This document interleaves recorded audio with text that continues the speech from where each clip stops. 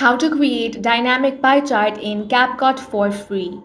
The first thing you want to do is open up Capcut on your laptop or PC. Now click on the stickers icon at the top. From here select charts, which is available for free.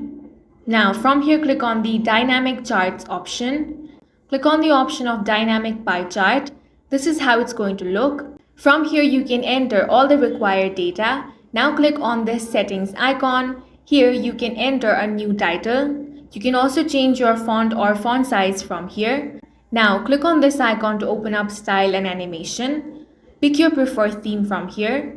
You can also edit the pie chart style from here, such as adjusting the inner radius, outer radius, sector rounded corners and sector spacing. You can also change the colors and backgrounds. Now, once you're done with this, click on the Add to Timeline option. Now make your preferred adjustments from here, and that's it for this video. If you found it useful, make sure to hit the like button and subscribe for more videos like this.